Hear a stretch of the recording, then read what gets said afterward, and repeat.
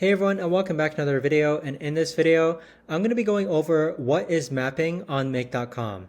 So this video is going to be particularly useful for individuals who are just getting started with Make.com. But what is mapping though? Either way, this video is going to be short, sweet, and simple, guys. There's not going to be a lot of steps involved. But with Make.com, when you first enter a scenario, this is what it's going to look like, okay? So here we have a demo scenario. What mapping is that mapping is basically a way for one module to reference another piece of information from a different module. So for example, if I click on this markdown to HTML, you'll see that I'm basically mapping this content or information right over here from module 23. So you can see that 23 is referencing this ChatGPT module here, where I'm referencing the choices in the message content of this 23 ChatGPT module.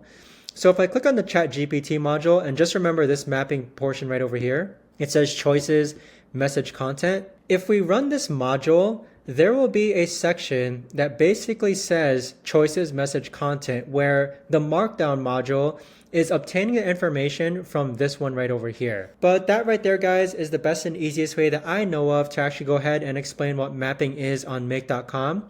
It's basically referencing previous modules. But if you guys know of a better or easier way to actually do this, let me know in the comments down below. I would love to know. Thanks so much for watching, everyone, and I'll see you guys all in the next video.